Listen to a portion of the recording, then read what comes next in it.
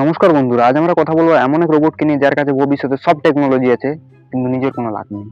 সবচেয়ে আগে আসি আমাদের হিরো নবিতার কাছে।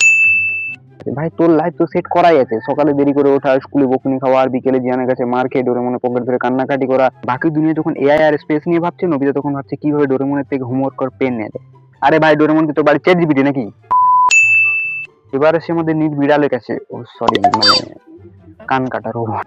ডোরেমনের কাছে ফোর্থ ডাইমেনশনের পকেট আছে, টাইম মেশিন আছে, এমনকি মহাবিশ্ব ধ্বংস করার গ্যাজেটও আছে। কিন্তু যখনই কোনো শালা বিপদ আসে, ডোরেমনের পকেট থেকে কি বের করে? ইন্দুর মারার কল, নাহলে একটা লাল রঙের হাত পাখা আর কিছু ফালতু বাসনপত্র। ভাই ইঁদুর দেখে তুই যদি ওইভাবে লাফালাফি করবি, তাহলে তোর হাইটেক গ্যাজেট দিয়ে কি হবে? আর কি লবি রে ভাই? কোথাও ডোরাকে দেখতে পেয়ে গেলে তুই নিজের আত্মসম্মানটা বিক্রি করবি। এবার আছে জিয়ানের কাছে। জিয়ানের গান শোনা মানে কান থেকে রক্ত বের হওয়া। জিয়ান আসলে ডোরেমন সিরিজের সেই বন্ধু যে আমার জিনিস আমার আর তোর জিনিসও আমার পলিসিতে বিশ্বাস করে। আর ভাই শুনিও, ও তো জিয়ানের পার্সোনাল কেয়ার ম্যানেজার। জিয়ান মারলেও হাততালি দেয়। ও শুধু একটাই কাজ, নতুন খেলনা এনে নবিতাকে হিংসে দেখানো। ভাই শুনিও তো চিবুককে তো পাহাড়ের চূড়ার চেয়ে বেশি দেখালো।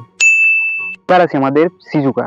তাকে নিয়ে আর কি বলো, পুরো সিরিজে সিজুকার দুটোই কাজ, দিনে 20 বার স্নান করা, আর যখনই নবিতা কান্নাকাটি করে ওর কাছে যায় আর ওকে সান্ত্বনা দেয়। ভাই সিজুকা যা সেয়ানা, মানে যখন যার দিকে ফায়দা হয় তখন তার দিকে, যখন নবিতার কাছে ফায়দা থাকে তখন নবিতার কাছে, না হলে দেখি সুখীর কাছে।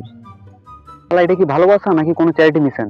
যাই বলো ভাই, ডোরেমন না থাকলে আমাদের ছোটবেলাটা মানে এতটা রঙিন হতো না। যতই রোধ করি না কেন, মানে ডোরেমনের পকেটে আজও আমরা সবাই নিজেদের হারিয়ে যাওয়া স্বপ্নগুলো খুঁজি।